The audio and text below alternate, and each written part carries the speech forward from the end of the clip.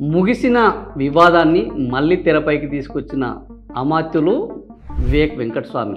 మాదిగా మాల అంటూ కొత్త వివాదానికి ఆయన రాజేశారు.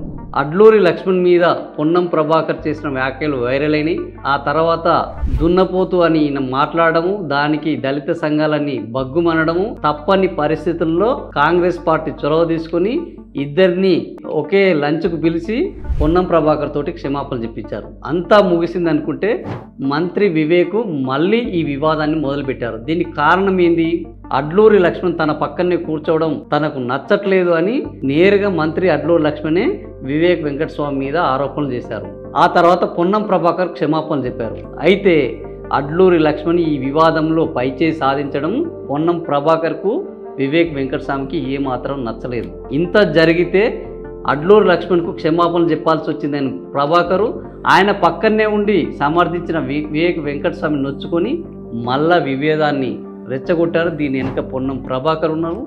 కావాలనే వివేక్ దీనిని వివాదం చేస్తున్నారు అని అడ్లూరి లక్ష్మణ్ అంటున్నారు.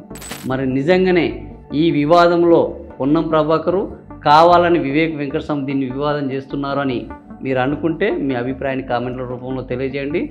అడ్లూరి లక్ష్మణ్ వైపు ఉన్నారా, వివేక్ వెంకటస్వామి వైపు ఉన్నారా? మీ అభిప్రాయాన్ని తెలియజేయండి. Thank you for watching video.